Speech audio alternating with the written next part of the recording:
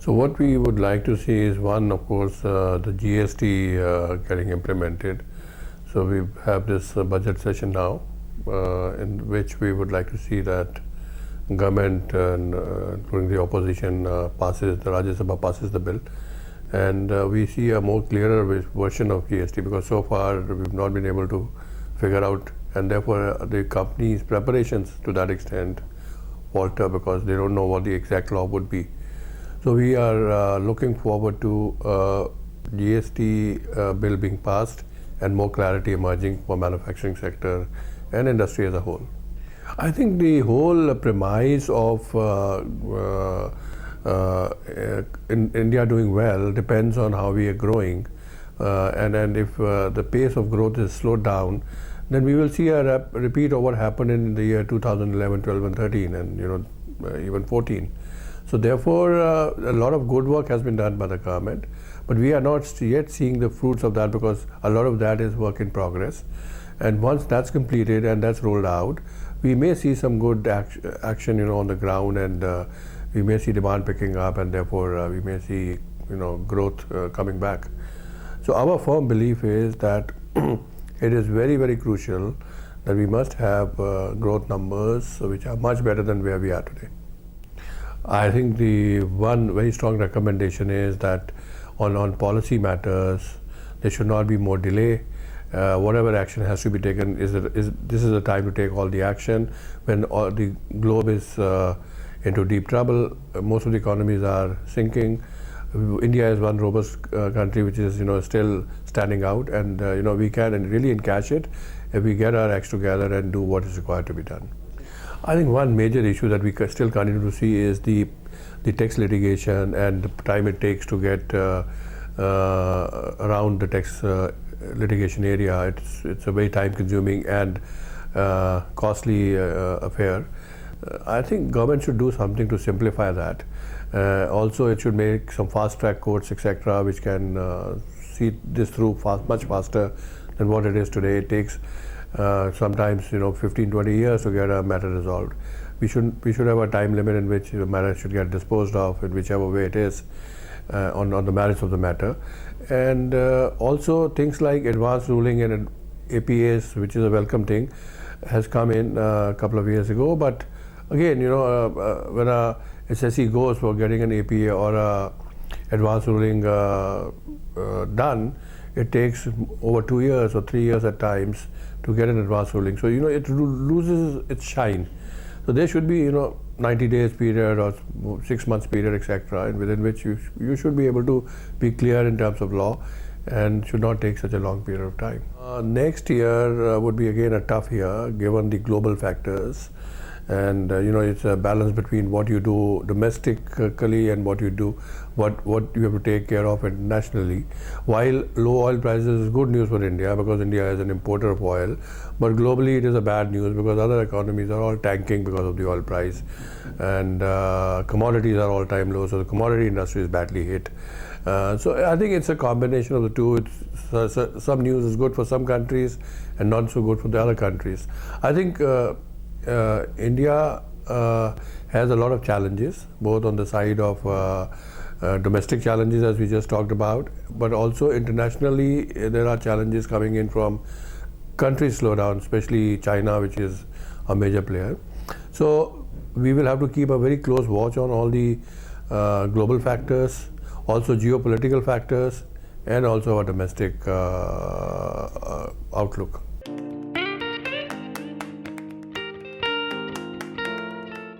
Increase of the plan outlay for infrastructure development, because in my industry infrastructure development plays an important role, and it actually increases the demand for our textile products, and which ultimately boosts the supply. To take the reforms of GST through, that's very, very important.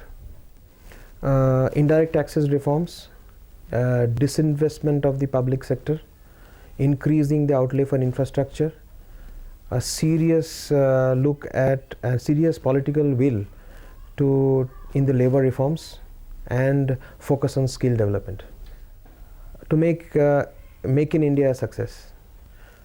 Well, it's an engine which is chugging along. It's not an aircraft which is ready to fly as yet.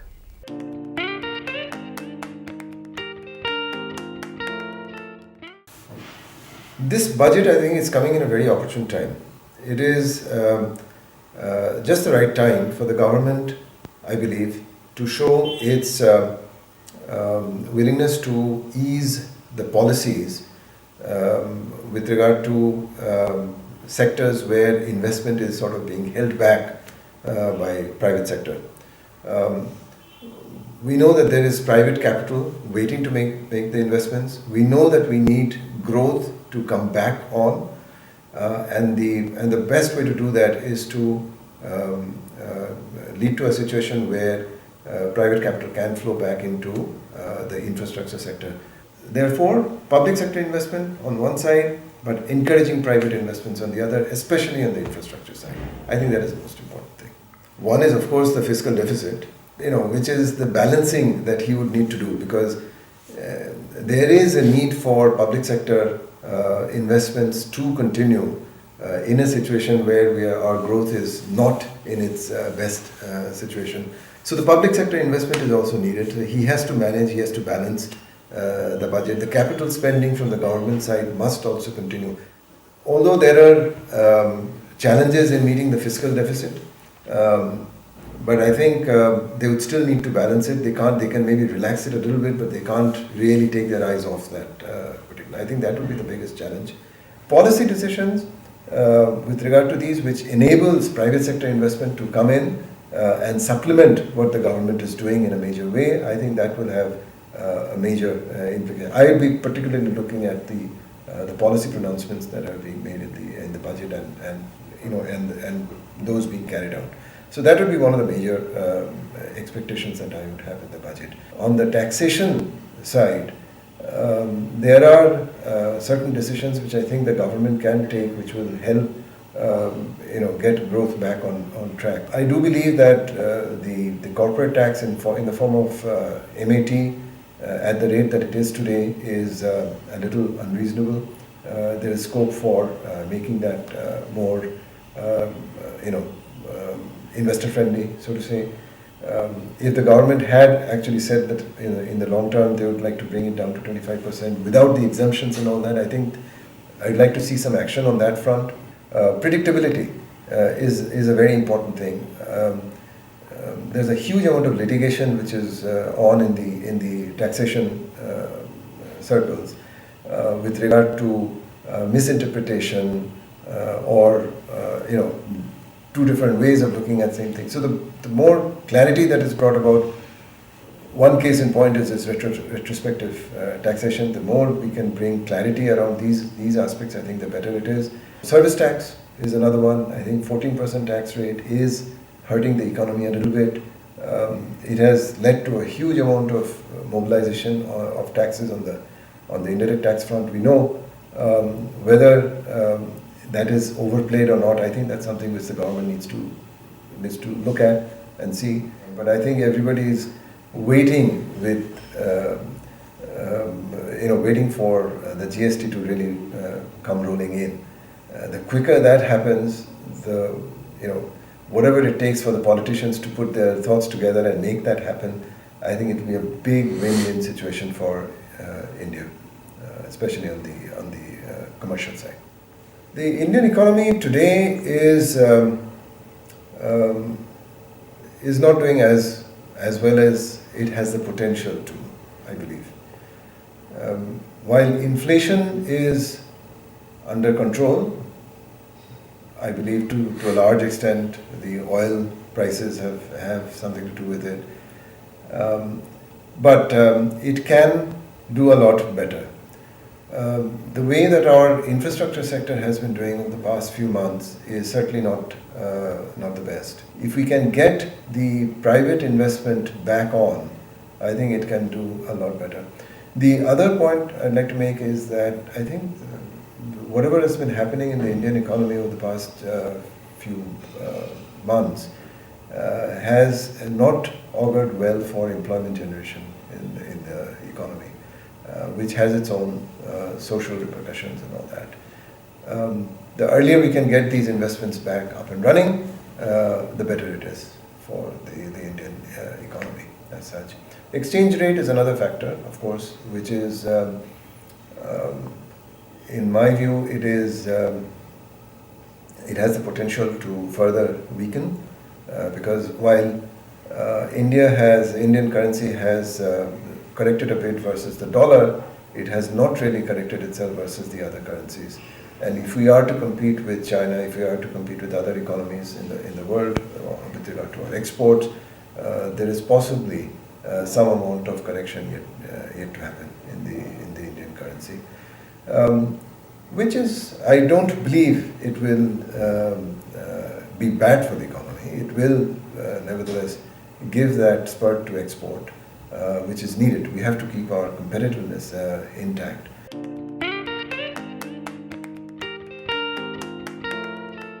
That philosophy behind this whole ease of doing business, simplicity in tax administration and all of that should percolate down. I think his biggest challenge is to kickstart the economy, kickstart growth. The backlog of court cases are just killing us. It's killing the whole country. The judiciary complains at one level that they don't have the money to do it. They need more judges, they need more resources, and they don't have the money.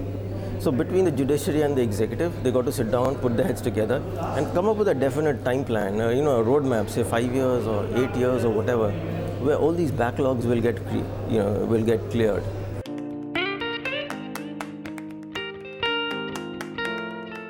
I will say primarily our main focus would be simplification of tax laws.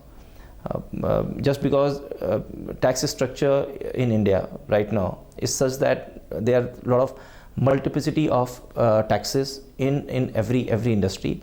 Particularly in real estate industry, if I see, this is one industry which is a product also where VAT is charged, is a services also where service tax is levied, is applicable for all kind of labor laws, taxes and duties. If I see from FM's perspective, what is his biggest challenge in this budget would be revival of growth.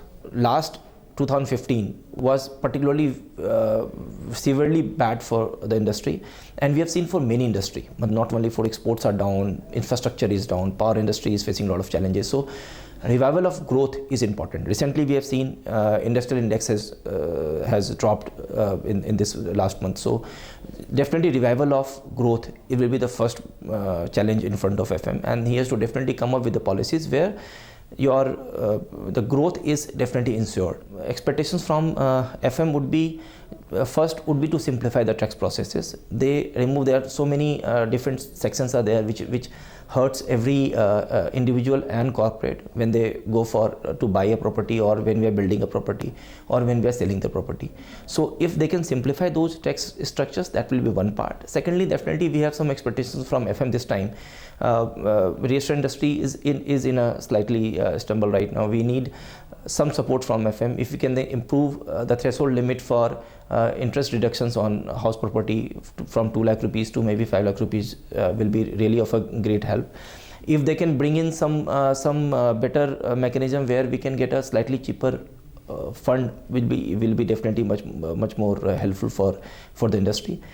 And removal of different multiplicity of taxes. I think the biggest thing in my mind is GST. So government has to find a way to overcome this, because see, these small measures, this GST is just one step. It's not the entire, that one GST will change the entire color of India, but GST will definitely provide a stepping stone for the next level. I will say it's positive. I will not say it's very positive, but definitely it's positive.